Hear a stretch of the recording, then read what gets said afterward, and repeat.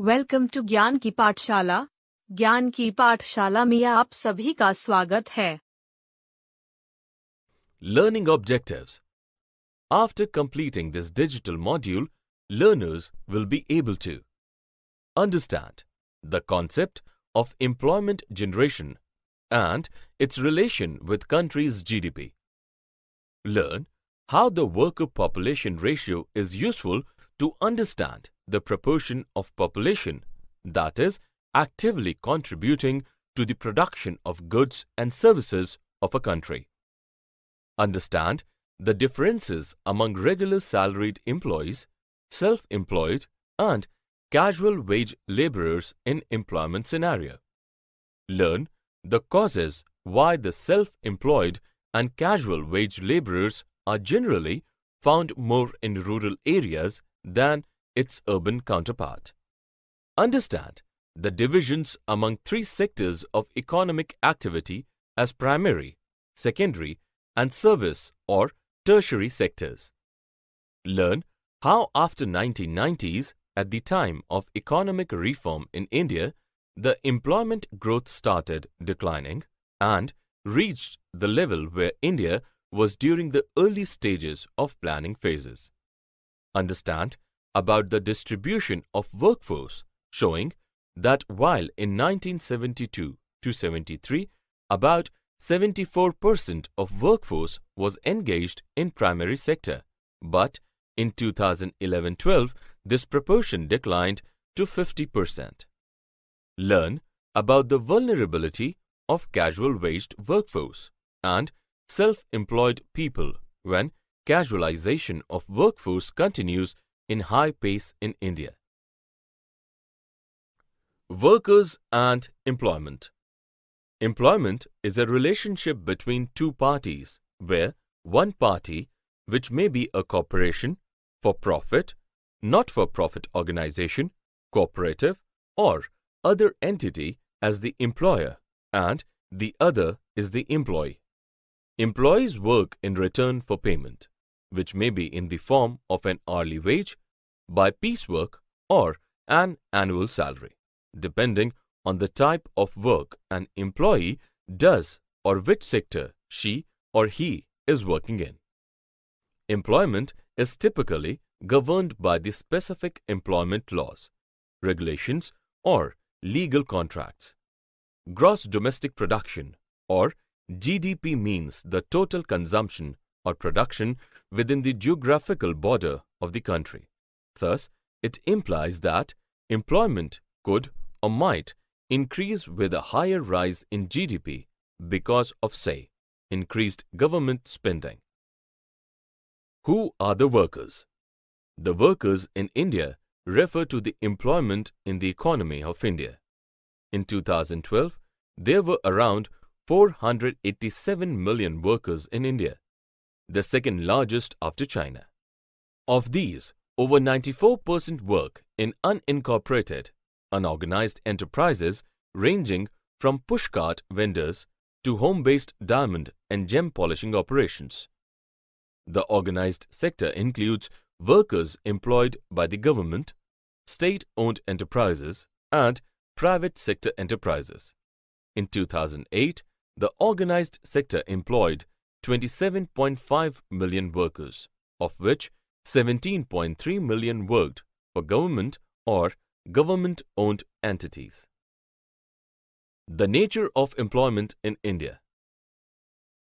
Till today, the large proportion of workers is engaged in agriculture, about 49%, which contributes a mere 14% to the GDP.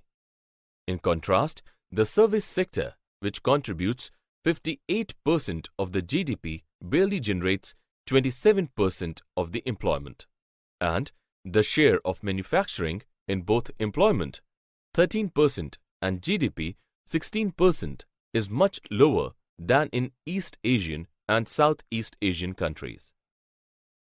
Workers' population ratio in India. Employment to population ratio is the proportion of a country's population that is employed. The people aged 15 and older are generally considered in the working age population.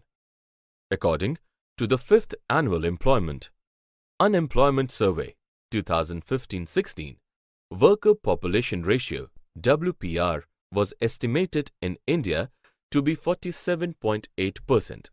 Thus, 47.8% of the persons aged 15 years and above were reported to be employed during this period.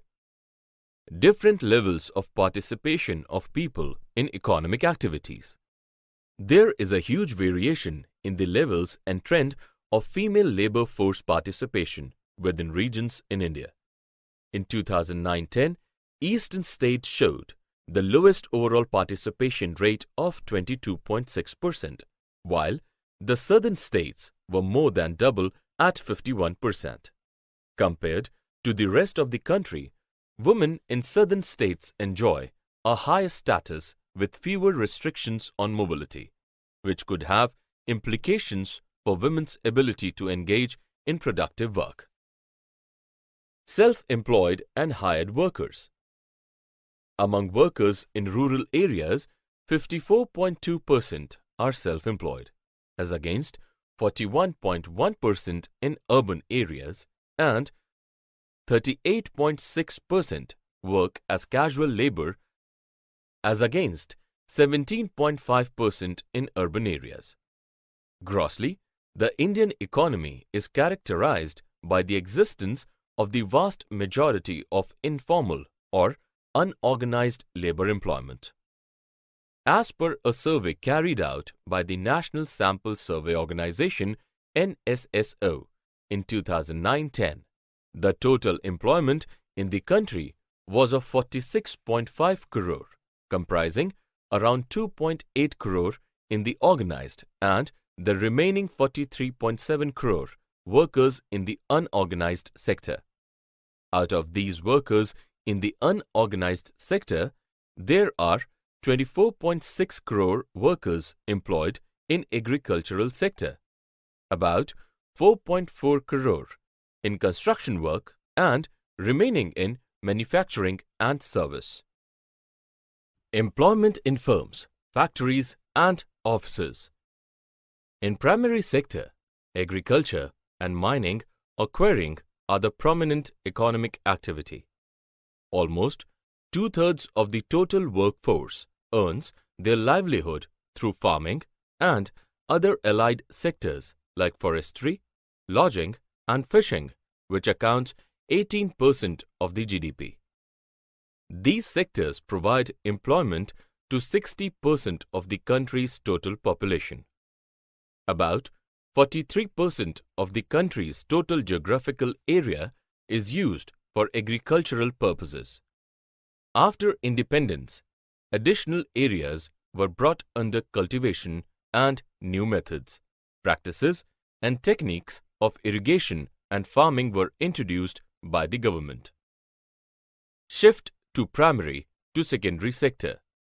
Due to uncertainty in agriculture and the presence of many landless agriculture laborers in the sector, it has been seen that the shift of workforce happens from agriculture to secondary sector, like in manufacturing, electricity, gas and water supply, and construction industries.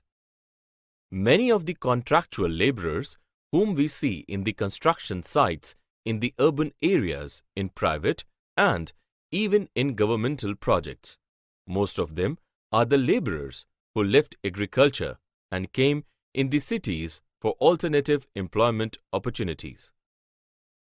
Service sector as the highest GDP earner in India. The services sector is the key driver of India's economic growth. The sector is estimated to contribute around 54% of India's gross value added in 2017 to 18 and employed 28.6% of the total population. India's net services exports during reached $57.60 billion April to December 2017. It includes trades, transports and storages and services like banking, finance, telecom and else. Out of overall services sector, the subsector comprising financial services, real estate, and professional services contributed to $305.8 billion or 20.5% to the GDP. The subsector of community, social, and personal services contributed $188.2 billion or 12.6% to the GDP. Growth and changing structure of employment. The major objectives of economic reform is accelerating growth and expanding the employment opportunities. Despite NSSO's recent estimation with respect to its employment and unemployment survey, brings out a virtual stagnation in the employment growth, indicating jobless growth in the Indian economy. These results have raised a concern over the employment situation among the policymakers, academicians, and development activists. Census classifies workers into two categories, that is, main and marginal workers. The analysis of census data shows that during the last 2 decades, that is 1991 to 2011, the rate of growth in marginal workers is higher than that of main salaried workers. The rate of growth in main workers had decelerated during 1990s when compared with previous decade 1980s, whereas among marginal workers it accelerated during the same period. Trends in employment pattern in India. The important trends as emerged in the workforce participation is that the rates for females are significantly lower than that of males in rural areas, while more than half of all the rural males versus the corresponding percentage for females was between 1/5 and 1/3 by various measures. Secondly, the daily status participation rates were the lowest and the usual status measures of WPR were the highest for any particular year, with the weekly status falling in between. Thus, the self-employment continues to be the sustaining employment provider in large areas of the country. Casualization of workforce. Between 2004 and 5 and 2009 to 10, the number of casual workers grew by 21.9 million, while growth in the number of regular workers nearly halved, that is, compared with the period between 1999 to 2000 and 2004 to 2005 to 5.8 million. The number of the self-employed dominated by agricultural workers declined by 25.1 million. Analysts say that this is being caused by the country's archaic labor laws and by the partly exclusive nature of economic growth. Informalization of Indian workforce. In 2012, it was seen that among 30 million formal sectors workers in India, 18 million worked in the public sector. Formal, non-farm payroll from a social security perspective is estimated at about 7.5 crore. The formal, non-farm payroll from a tax definition is estimated at 12.7 crore, according to a recent survey as expressed. These estimates are for formal non-farm payroll, ranging from 31% in case of social security defined formality and 53% in the case of tax defined formality. Workforce employed in informal sector. Ever since the initiation of the liberalization policies in the early 90s, informalization of jobs has become a matter of concern. Growing competition combined with increased market opportunities and limited resources have led to the emergence of an informal economy. The predominance of the informal sector has led to a situation of the benefits of economic growth being concentrated among few with a growing proportion of the population living as working poor. But it is the unorganized sector. The share of formal employment marginally increased from 0.3 to 0.4%, and that of informal employment declined marginally from 99.7 to 99.6%. On the whole, the number of formally employed increased from 33.41 million in 2004 to 2005 to 38.56 million in 2011-2012, while informally employed increased from 426.20 million to 435.66 million during this period. Ahmedabad Textile Mills, a case study. Formal becomes informal. About 50,000 textile mill workers in Ahmedabad city were laid off during 1990s. The move to obtain compensation and rehabilitation for these workers floundered on the weakness of the struggle, as number of workers who were available for pressing their claims and taking to some kind of activism dwindled. The motivation of leaders declined and the struggle slowly frittered away. Unemployment. According to NSSO, the unemployment can be defined as the persons who, owing to lack of work, had not worked but had either sought work through employment exchanges, intermediaries, friends or relatives, or by making applications to prospective employers, or had expressed their willingness or availability for work under the prevailing conditions of work and remuneration are considered as seeking or available for work. Persons, on the other hand, who were seeking and or available for work for relatively longer period of the 365 days preceding the date of survey are considered usually seeking and or available for work. How unemployment is measured in India? The National Sample Survey Organization NSSO provides three different estimates of employment and unemployment based on different approaches or references periods used to classify an individual's activity status. These are usual status approach, with a reference period of 365 days preceding the date of survey. Current weekly status approach, with a reference period of 7 days preceding the date of survey, and current daily status, with each day of the 7 days preceding date of survey as the reference period. Different types of unemployment in the country. Among different types of unemployment, we find disguised unemployment, where part of the labor force is either left without work or is working in a redundant manner, where worker productivity is essentially zero. On the other hand, the seasonal unemployment in agriculture is a normal condition in India. In 1993-94, the gross irrigated area as a percentage of gross cropped area was only 36%.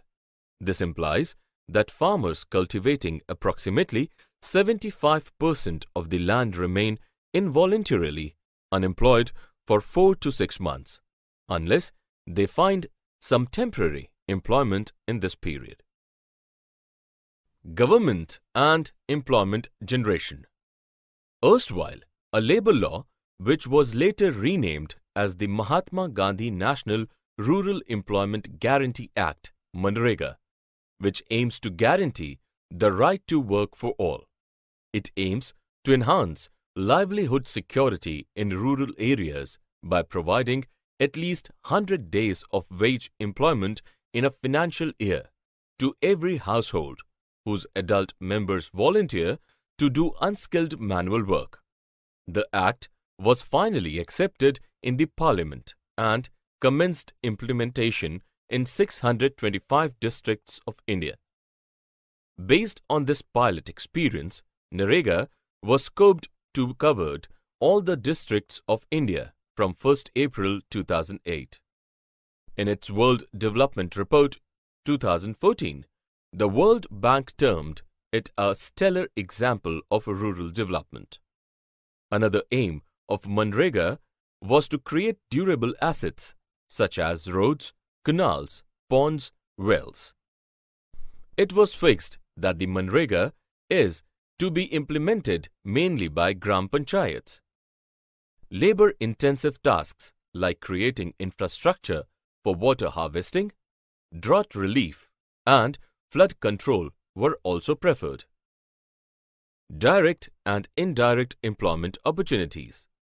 For an example, if an iron and steel company undertaken by the union government increases its productivity, it will require to hire some employees to look after this additional workload, which will be called direct employment under public sector. Due to this increment in productivity, the private organization engaged in dealing with the government-run firm will also recruit people to look after the buying and selling in between public and private organizations. This is indirect employment generation by the government. Other employment generation programs. In order to help in rural employment generation, rural health development works, road building, several other houses development have also been performed by the government to facilitate rural people to get their daily wages. Summary. Let us summarize what we have learnt. During 2011-12, India had about 473 million strong workforce, of which most of them were resident of rural India. During 2011-12, the worker population ratio for men was 54.3 in rural area and 54.6 in urban area. For women, they were 24.8 in rural and 14.7 in urban population.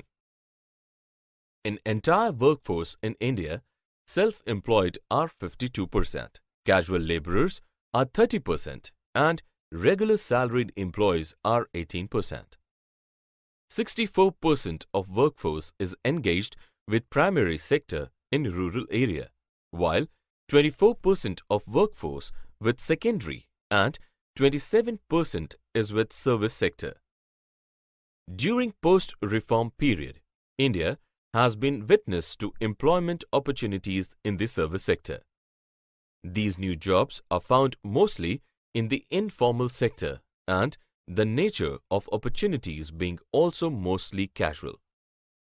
Government is the major formal sector employer in the country. Disguised unemployment is a common form of unemployment in rural India.